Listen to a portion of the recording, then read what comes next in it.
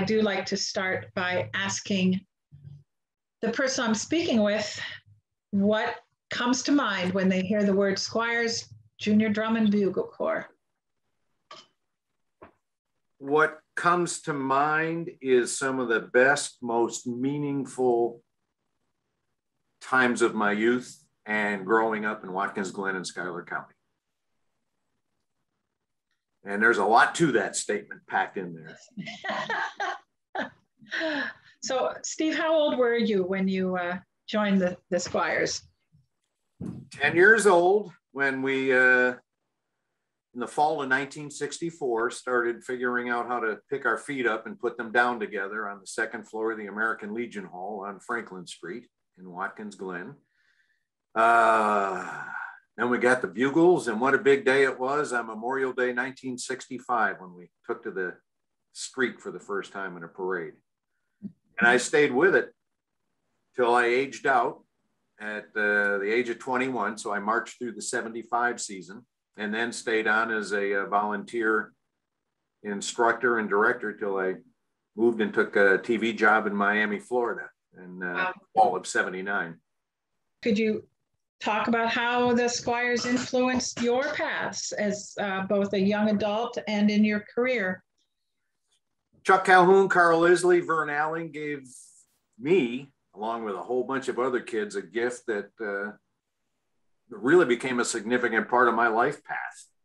I probably, had I not fallen in love with a microphone at first blush at WGMF at the age of 15, probably would have pursued a career in music, like a lot of my colleagues in the Corps did. That was my second love, I guess, and ended up heading off into the broadcasting world. But thanks to the gift of the Squires, those two worlds have been able to intersect for me in just a wonderfully gratifying, lifelong way.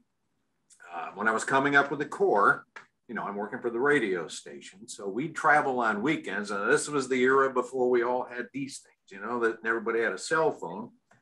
So we'd go off on a competition and I would call back to the station with the results. That gave birth to a weekly Squires report on WGMF radio.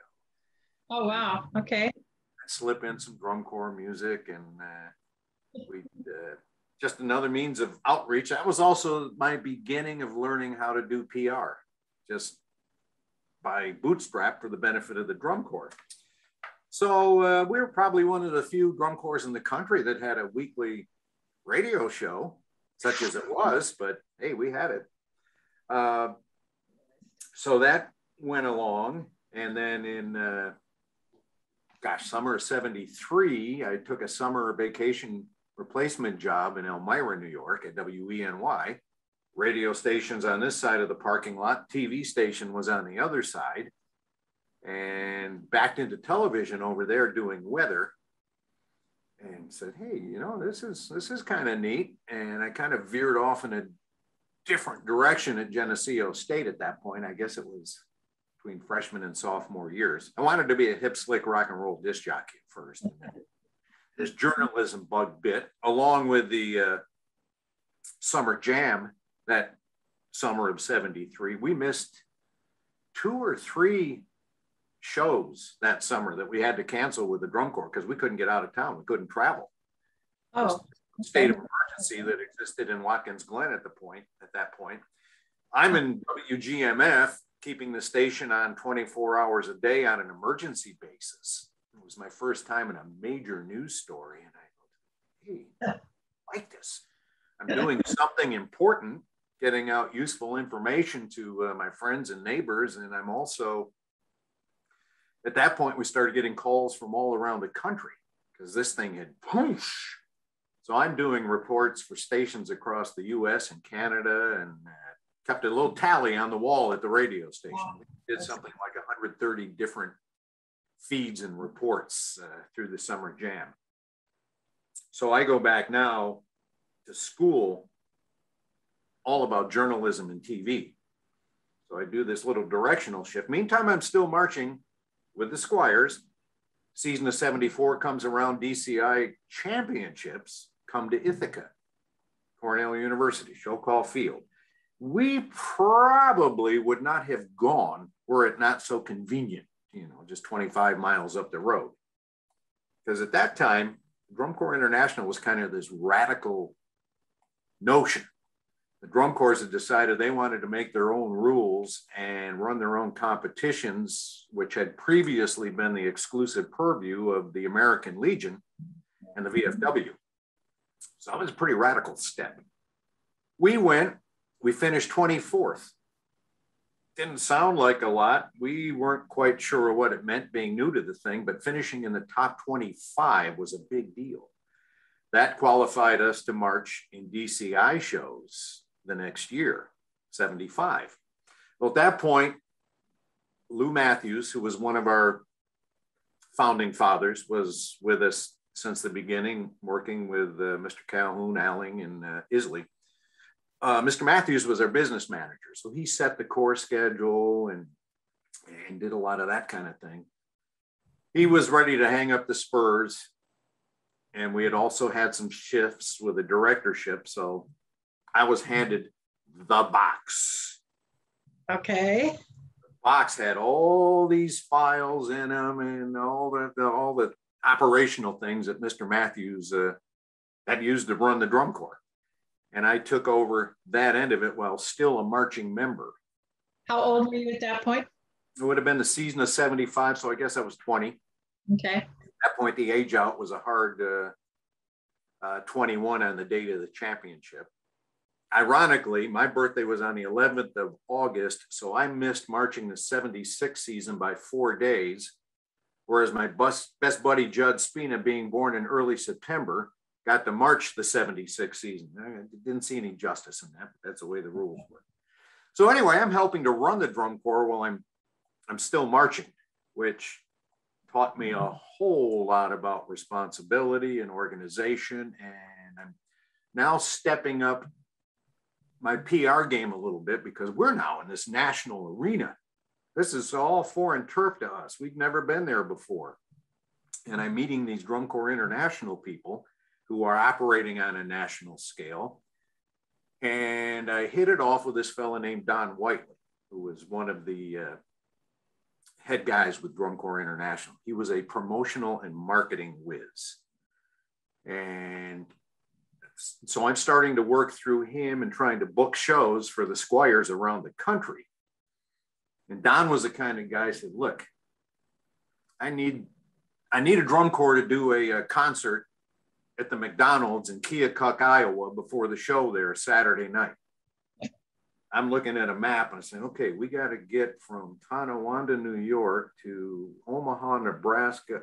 Okay, if you get us in that Keokuk, Iowa show, we'll do the McDonald's as long as we get a free lunch out of it. I mean, we were bootstrapped. We traveled lean. So I understood the value and the need for promotion. Whiteley appreciated the fact that I got it and that I was a TV guy. So this relationship started to form and we got into some pretty darn good shows because we were willing to help the cause. So 75 season, of course, is the stuff of what could have been, might have been. We just missed making the DCI World Championship Finals by 0.6 of a point behind the legendary Casper Troopers. Not that I remember any of this at all, clearly. And some of the judges, after the smoke had cleared, said, if we had any idea you guys were that close, you deserve to be in there. Wow. But that proved to be our high water mark in Drum Corps International. We came back in 76 with an even better drum corps, bigger, better, stronger, and finished a notch or two lower. The level of competition had just elevated around the country at that point. And that's when the reality started to set in. Man, we're trying to climb in some rarefied air up here. This is going to be a tall mountain to scale for a small town drum corps because we knew we'd been pushing our resources pretty hard. So we continue on. I'm now at Channel 8 in Rochester, having graduated in '76 from Geneseo State, still running the drum corps, doing the PR. We had a show in Rochester, and this was a fun little plum. Coming up, our biggest rivals were the Mark Twain Cadets in Elmira Heights. Once we got a little better, then our biggest rival turned out to be the Cadets of Greece in Rochester. So I'm doing TV in Rochester on the NBC station, Channel 8. We go over to one of the parks in the city. I get a couple of the technical guys, and we film the Corps doing the national anthem. And we did a couple takes, cut it together, really nice. This was in the days when TV stations signed off at night, signed on in the morning. Well, we took that copy of the national anthem and we used it on Channel 8 in Rochester. I brought it down to the guys at WENY in Elmira, where I used to work. They loved it. They said, yeah, we'll run it. So here we are. And I know this has got to be an only, to be the only drum corps in the country, number one, signing on and signing off a TV station, but doing it in two different markets. And of course, the plum was, it was in the markets of a couple of our arch rivals, but we made a little history there. And it was a nice PR coup. So we are churning on with the drum corps, and Don Whiteley calls me as I'm getting the corps set for tour. And he said, we've had an opportunity arise here in Philadelphia. I said, oh, what's that? You need the corps to do something? He said, no, I need you to do something. What do you need me to do? He said, well, we've got the weather lady from KYW in Philadelphia to be the host of a regional broadcast on the PBS group down there. He said, I need a drum corps person to sit in there with her. Hey, sure, I'll do it. And now I'm traveling on tour with the corps at that time. So that means I'm sleeping on the hard gym floors and I'm showering in the locker rooms with the cold water, or lukewarm on a good day if we get it. That's just the way we travel then. So this one got me a hotel room for a night, a warm shower, and a decent dinner. So I was in. I was all about it. So that would have been in '77. Went really well. DCI was very happy. So he said, well, I might have something in the works up in Canada later in the year. You game to do that? Because they used to do DCI Canada. I said, sure. Came to be. So I ended up co-hosting this broadcast on Canadian television. And in '78, kind of did the same round of things. And at that point, DCI had started a broadcast on the whole entire PBS network, the championships. That was the big show. And in '79, I got called up from the minors to the majors, to the big show. So I'm anchoring, well, I'm doing weather, I guess, at that point at Channel 8 in Rochester. And all of a sudden I get the call to go do a network show on PBS live for 5 hours. Wow. It was a pretty big deal. And I was ecstatic, to say the least. And of course, Channel 8 loved it. That was great promotional fodder for them. First year, my co-host was Maynard Ferguson, who was a legend on the trumpet, screech jazz player. Every corps kid knew and loved Maynard. It went well. I mean, we were in the stands of Birmingham, Alabama in the dead of August under hot TV lights. I had a three-piece suit on. I thought I was going to die, but we made it through, and DCI was delighted. So 1980 comes. He said, come do it again. This time the host was Rita Moreno. Wow. At that point, she was the only actress to win an Emmy, a Tony, an Oscar, a Grammy. What a wonderful lady she turned out to be. She was just a delight and so much fun and so eager to learn about what we were doing and so gassed out by what was happening out there on the field. And at this point, the Squires are still chugging along pretty competitively. We're top 25 and I'm still helping to run the drum corps, but now I'm doing all this TV stuff, trying to maintain a full-time job as well in Rochester, and off and running here. So that season ends. Now we're in 79 season just came to an end. And I got a call from Miami. It was the end of the 79 season when I moved to Miami in November. And that was really hard. Number one, I'd never been, I've been south of the Mason-Dixon line, but traveling with a drum corps. Right. But going down there on my own, I didn't know a soul. And off we went, and I'm talking to these new bosses in what is the 13th biggest TV market in the country at that point, are hiring me to be a news guy. And I said, look, there's this one thing I do in the summer, and if I could just have consideration that I could be guaranteed those 3-4 days off to do it with no pay. I don't care about that. This is important to me to be able to do the DCI broadcast. And they saw the promotional value in it as well. Hey, our guy is doing a 5-hour live thing on PBS. That's cool. So they agreed with it. And I went down to Miami, and then that 80 season was the season with Rita, that broadcast. And I continued on, but the hard part of leaving, of course, was leaving the Squires behind. I mean, I was leaving a big chunk of my life behind and leaving a pretty big void of work for the guys back there. But, Judd and Dennis Morris and those guys jumped right in and picked right up and moved it right along. So, I can go through the rest of the lineage, fast forward the story, and 43 years later, I'm still doing the Drum Corps International World Championship broadcast, this time live in movie theaters across the country. We were 26 years on PBS, then we went to ESPN for 3, and then we went to this live movie theater thing. We also do a live broadcast of the first show of the season as well, the tour premiere. And all that,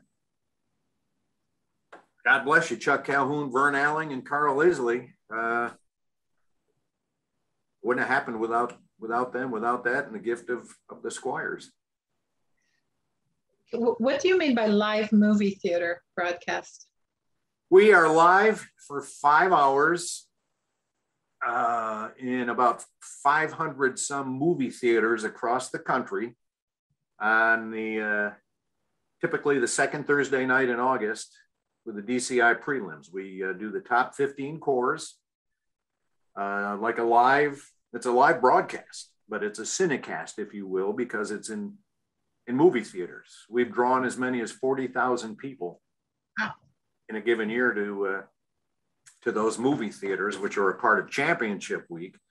National Cinemedia, which is the coordinating entity, so liked it and was so pleased they wanted more content. So we now do a season opener show as well, a tour premiere show, which last few years we've done from Ford Field in Detroit. I think I'm not sure what the plan is for this year, but we've got another show planned. So we do 2 of these major cinecasts every year. And of course, the online part of it continues to expand as well.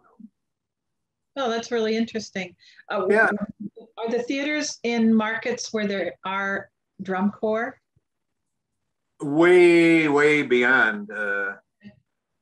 Around that area, Ithaca usually runs it, Rochester, Syracuse, and I'll hear from all the gang. They try to do a meetup somewhere and go to the show together if they're not there in person. A lot of them try to go to the big contest in Allentown at DCI East every year and get together. It's usually a parking lot party, and they carry on. So Steve, you had left your involvement with the Squires before the end came? Yeah, my last season was 79, so in the off season of 80 is when I left, and then the guys carried on from there. God bless them. But we could see then that, I mean, it was a struggle sometimes. 2 people who, well, they get the credit and love from us. And Chuck, Carl, and Vern get the headlines because they were the founders, but two people who were the lifeblood of this drum corps in the 70s were Bill and Jeanette Wickham. My God, what they gave us and gave up for us as a couple. They were our heart and soul, Ma and Pa Wick.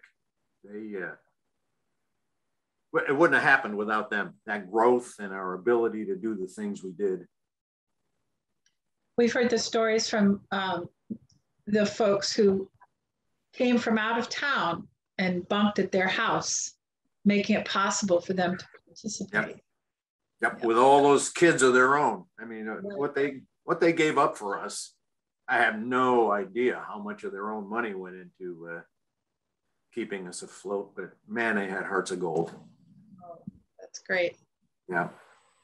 One thing we've been curious about, and honestly haven't done a lot of research on it, but the relationship between the Squires and the Drum and Bugle Corps in England. Do you know much about that? Yeah, I got a letter out of the blue from this guy in England saying, we've heard about your corps and wonder about the possibility of coming over and marching with you. And I thought, now this, again, the PR guy now kicks in. I said, man, this would be cool. What a great PR stroke. Our name is spread overseas and these guys want to come all the way from England to march with little old us. What a great thing. Andrew and Les. And we I sent a letter back and said, absolutely, we'd love to have you. No questions about their abilities or talent levels or anything. I figured if they wanted to do this, they were hungry enough to do whatever work was required to fit in. So put the pieces together and they said, we're coming. Okay, we'll meet you at the airport in Toronto. I think either Richie Carland or Dennis Morris went with me, and we went and picked them up in Toronto. One guy, tall, skinny Andrew, and short Les, and great guys, wonderful guys. And we're still in touch. In fact, Les may be coming back across the pond this year to see the corps. But they came, they stayed with the Wickhams, I think for the most part, were great members and contributed a lot and opened our kids up to a lot culturally. And some of our folks went over and helped their drum corps to a national title. So it was a great relationship. What was the name of their drum corps? Do you remember? Green Lancers, maybe. Okay. Judd would know. He knows everything. He doesn't forget a thing. He's frightening. Well, the alumni of the Squires are very fortunate to have his commitment to saving the history. Oh, absolutely. Take care of it. Things blur together, but I can call him and say, hey, Judd, what do we have for a horn score in that July 18th show in Binghamton? Oh, that was the day we had a 16.9 from Ed Ferenzi. Oh, okay, great. I don't know where that came from, but great. Oh, and that statement makes me, reminds me, what did you play in the Squires? I don't think you said. Baritone player. Baritone bugle. Bugle, okay. Lou Rondinaro had me blowing on his trombone before I could walk. In fact, it's there in the background somewhere. And it's the same mouthpiece, converted right over to a baritone bugle, and I was off and running. Of course, back then we had only the single horizontal valve. Then we got the rotary. The valve would allow you to move the tone a whole step, and then the rotary trigger would allow you to move the tone a half step.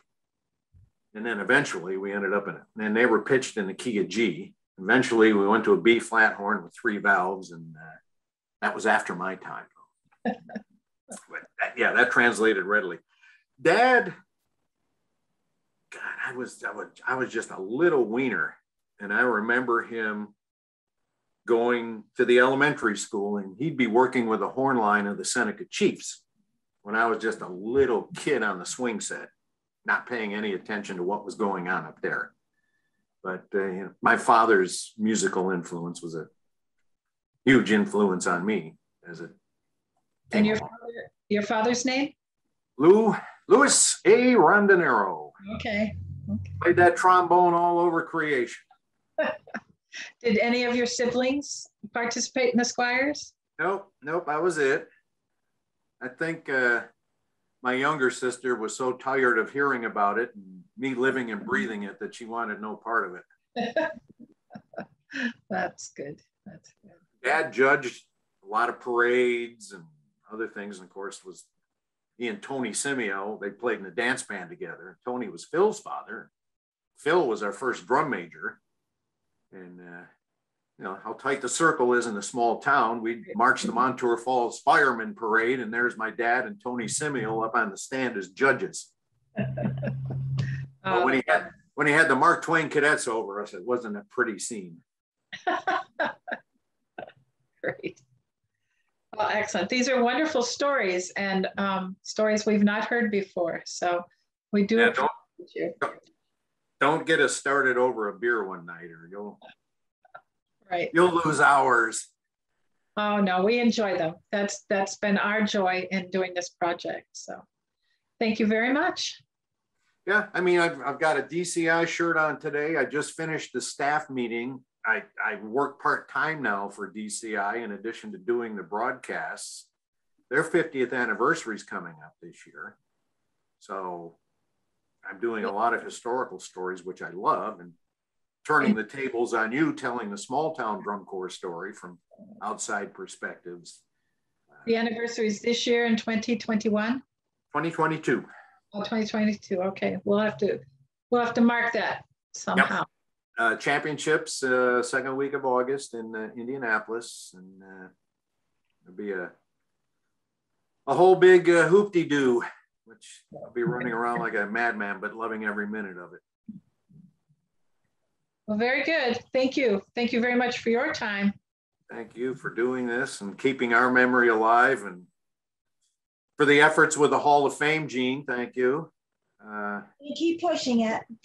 Dennis is working to get some kind of a marker for us on the courthouse lawn where we played our first ever concert. And, you know, it's just again, as looking back from the perch of adulthood, it's amazing to me that happened. It's amazing to me how it happened. Right. It's amazing to me how much the adults gave of themselves to make it happen.